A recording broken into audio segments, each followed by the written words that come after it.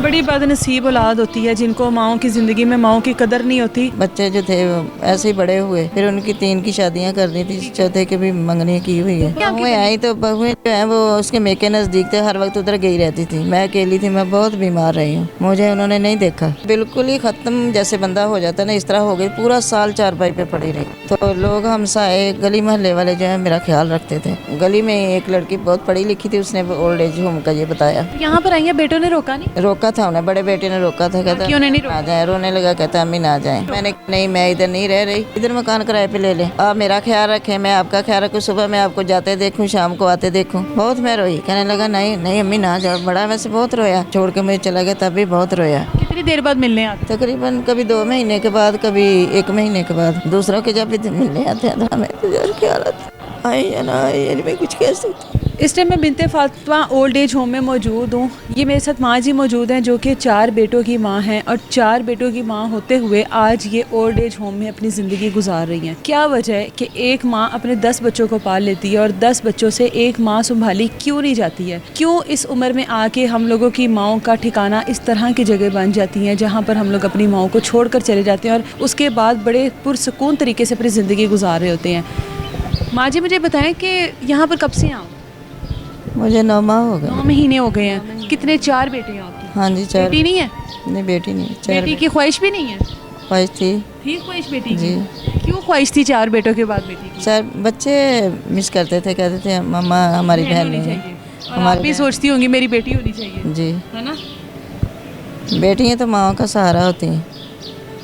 जैसे हमारी माँ थी, हमारा भाई कोई नहीं था, वालिद साहब मेरे भी बहुत छोटी उम्र थी हमारी जब फौत हो गए थे, तो हम अपनी माँ का सहारा लोग बने। अपनी माँ का सहारा। मेरी अम्मी को 12 साल फालज रहे, बिल्कुल मफलूज थे, इस तरह तख्ते की तरह भी उससे हिल भी नहीं हिल सकते थे।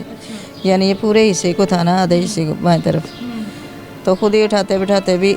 एक बहन मेरी पास बैठती थी तो वो गुजारती थी दूसरी तरफ। मतलब तीनों बहनों ने माँ का ख्याल रखा, माँ को बहुत ज़्यादा ख्याल रखा।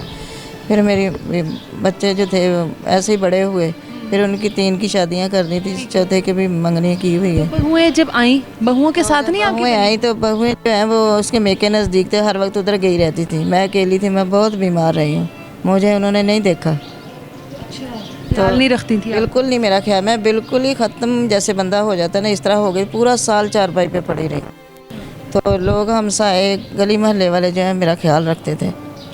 हाँ वो मेके गई उन्हें। बेटे भी साथ ही चले जाते थे? बेटे तो इधर अपनी जॉब करते थे ना, ज़ाहिर जो नौकरी करते थे नौकरियों पर होते थे, बहुएं मेकी होती थी। 4-4 5-5 माह के बाद जाते थे, तो मैं अकेली होती थी, इसलिए फिर मैं ना मेरे बेटों को कभी बताया नहीं कि मेरा ख्याल रखने वाला कोई नहीं है घर में? तो उन्हें तो खुद चाहिए था ना, खुद नहीं सोचते थे ना। कहने से ये बात नहीं होती, बड़े बच्चे को समझाना नहीं पड़ता, उसे खुद चाहिए कि वो ख्याल रखे। ये अकेली पड़ी रहती है, तो हमसाया ने ख्याल रखना मेरा, हर तरह अभी जो गज़ा देनी होती है बीमार को वो इस तरह ख्याल रखना, आके देखना तो पूछना। तो इस मुश्किल से मैं गुजरी हूँ। उसके बाद फिर मुझे गली में एक लड़की बहुत पढ़ी लिखी थी, उसने ओल्ड एज होम का ये बताया। आप इधर आ गए? तो मैं फिर जब यहाँ पर आई हैं बेटों ने रोका नहीं? रोका था उन्हें, बड़े बेटे ने रोका था, कहता क्यों नहीं ना जाए, रोने लगा, कहता अम्मी ना जाए।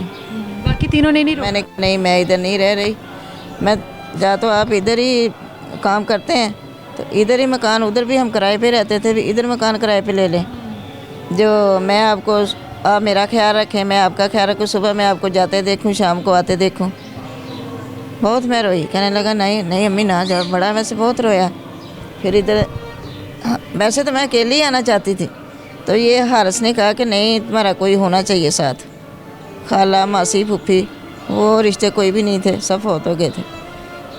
तो फिर मैंने बेटे जैसे भी है आप बेटे मुझे आकर उधर छोड़ दें, इस बुनियाद पर कि आप ये कहें कि माँ हम तेरा उधर ख्याल रखेंगे, तुम्हें मिलने आएंगे। फिर मेरे बेटे ने कहा कि हाँ अम्मी हम मिलने आएंगे। फिर जब मैं इधर छोड़ के मुझे चला गया तब भी बहुत रोया। कितनी देर बाद मिलने आते हैं? तकरीबन कभी 2 महीने के बाद, कभी 1 महीने के बाद। एक बेटा आता है कि सारे आते हैं? नहीं सारे नहीं आते, एक ही आता है। बाकी क्यों नहीं आते? वो सारे फ़ोन पे भी बात हो जाती है, जब मोबाइल लेके आता है ना वीडियो पे सबकी बात हो जाती है। माँओं को सुकून आ जाता है फ़ोन पर बात करके? फ़ोन पे तो नहीं बेटे आता, माँ को नहीं आता। इसीलिए कहा है ना कि दोनों बेटे जो इधर काम करते हैं ना, इधर मकान लें, मुझे यहाँ रखें। क्यों, आप रिश्तेदार भी बहुत बातें बनाते और हैं। 9 माह से आपके बेटे मकान ही नहीं ले सके अभी तक। तो बस उनकी मजबूरी होगी, अल्लाह जानता है। माँ तो फिर माँ ही होती है, नरम दिल वाली होती है। 9 माह से 9 महीने से बेटे माँ को रखने के लिए मकान नहीं ले इधर परेशान बैठे कहते तो ऐसे हैं। इससे पहले जब मैं उम्र से आई हूँ तो मुझे लेने आए हैं कि अम्मी चलो। मैंने कहा अभी आप पहले इधर शिफ्ट हो जाएं, फिर ईद के बाद ले जाएं। चांस उन्हें दिया भी, हो सकता बदल ना जाए। तब ईद के बाद कह तो रहे हैं ले लेंगे। देखो याद आती है, इधर ही गुजारूंगी। ईद भी इधर ही गुजर रही है। ऐसे ही है, ऐसे ही नमाज़ें पढ़ते हैं, रोते हैं जब याद आती। दूसरों के जब भी मिलने आते हैं तो हमें तो यार ख्याल आता, बहुत ख्याल आता। अब उनकी मर्जी है, आए या ना आए, यानी मैं कुछ कह सकती। मैंने कहा जब ईद के बाद तुम इधर शिफ्ट हो जाओगे फिर मुझे ले जाना। तो ईद भर के साथ गुजरी जाएगी। माशाल्लाह रोज़े रख रही हूँ, उन्हें दुआएं दे रही हूँ। अल्लाह का शुक्र है। भजियान सब बहुत हमारा ख्याल रखती हैं, हर तरह हर चीज़ हमें अफोर्ड करती हैं, बहुत ख्याल रखती हैं। हद से ज़्यादा। अब जब से रमज़ान आया खुद अफ्तारी बनाती हैं, खुद सहरी बनाती हैं और हमें हर तरह से हमारा ख्याल रखती हैं। जिनको रखना चाहिए, जिनको रक्षण चाहिए उन्हें पता ही नहीं है, उनको पता ही नहीं उन्हें इस बात का एहसास ही नहीं है। तो मैं इसलिए आई थी कि मैं इनसे दूर होंगी तो हो सकता है इन्हें एहसास आ जाए।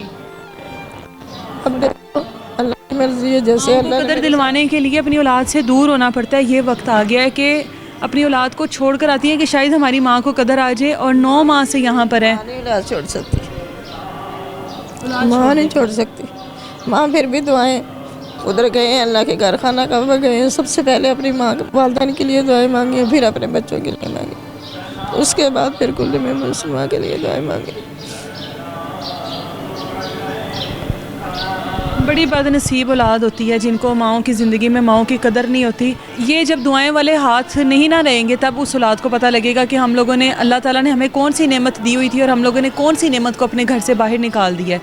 ये एहसास तब होता है जब ये दुआएं देने वाले हाथ हमेशा के लिए ख़त्म हो जाते हैं। अपनी माओं की कदर कीजिए। आप लोगों की माओं की जगह यहाँ पर नहीं है, आप लोगों की माओं की जगह आपके पास है। 4 बेटे हैं और माँ आज भी ओल्ड एज होम में मौजूद है। ईद आ रही है, आपकी तो नज़रें दरवाजे पर रहेंगी मेरे बच्चों ने आने। बिल्कुल हर वक्त रहती है। जब दूसरी औरतों को आवाज़ पड़ती है मैं भी उसी वक्त कान खड़े कर लेती हूँ, आवाज़ सुनती हूँ कि किसका आया है मिलने वाला।